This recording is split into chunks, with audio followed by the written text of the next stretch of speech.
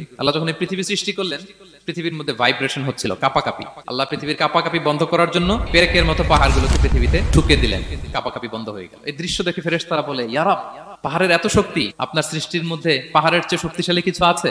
আল্লাহ বললেন আছে। সেটা কি? আল্লাহ বললেন সেটা লোহা, কারণ লোহা দিয়ে পাহাড় কাটা যায়, ঠিক কিনা?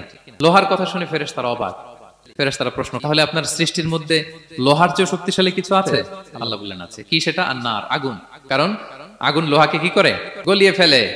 ফেরেশতারা শুধু অবাকই হচ্ছে। ফেরেশতারা বলে, আগুনের চেয়ে শক্তিশালী কিছু আছে? আল্লাহ বলে আছে, আলমা, পানি। কারণ আগুনে দাউ দাউ করে জ্বলে ওঠা আগুনের মধ্যে পানি দিলে আগুন অস্তিত্ব হারায়। ফেরেশতারা শুধু অবাকই হচ্ছে। তারা বলে, তাহলে পানির চেয়ে শক্তিশালী কিছু আছে? আল্লাহ বলেন আছে, রিহ, বাতাস। কারণ বাতাস পানিকে একদিক থেকে আরেক দিকে নিয়ে যায়। জলের মধ্যে বায়ুর উচ্ছ্বাস লাগলে জলোচ্ছ্বাস তৈরি হয়, ঠিক কিনা?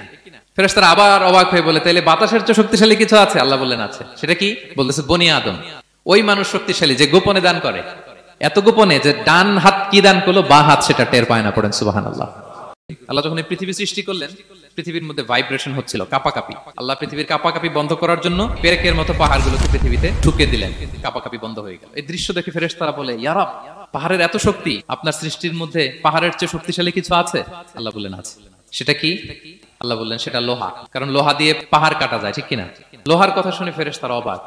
ফেরেশতারা প্রশ্ন, তাহলে আপনার সৃষ্টির মধ্যে লোহার চেয়ে শক্তিশালী কিছু আছে? আল্লাহ বললেন আছে। কি সেটা? আন্নার, আগুন। কারণ আগুন লোহাকে কি করে? গলিয়ে ফেলে। ফেরেশতারা শুধু অবাকই হচ্ছে। ফেরেশতারা বলে, আগুনের চেয়ে শক্তিশালী কিছু আছে? আল্লাহ বলে আছে, আলমা, পানি। কারণ আগুনে দাউ দাউ করে জ্বলে ওঠা আগুনের মধ্যে পানি দিলে আগুন অস্তিত্ব হারায়। ফেরেশতারা শুধু অবাকই হচ্ছে। তারা বলে, তাহলে পানির চেয়ে শক্তিশালী কিছু আছে? আল্লাহ বলেন আছে, রিহ, বাতাস। কারণ বাতাস পানিকে একদিক থেকে আরেক দিকে নিয়ে যায়। জলের মধ্যে বায়ুর উচ্ছ্বাস লাগলে জলোচ্ছ্বাস তৈরি হয়, ঠিক কিনা? ফেরেশতারা আবার অবাক হয়ে বলে, তাহলে বাতাসের চেয়ে শক্তিশালী কিছু আছে? আল্লাহ বললেন আছে। সেটা কি? বলতেছে বনি আদম। ওই মানুষ শক্তিশালী যে গোপনে দান করে, এত গোপনে যে ডান হাত কি দান করলো, বা হাত সেটা টের পায় না। পড়েন সুবহানাল্লাহ।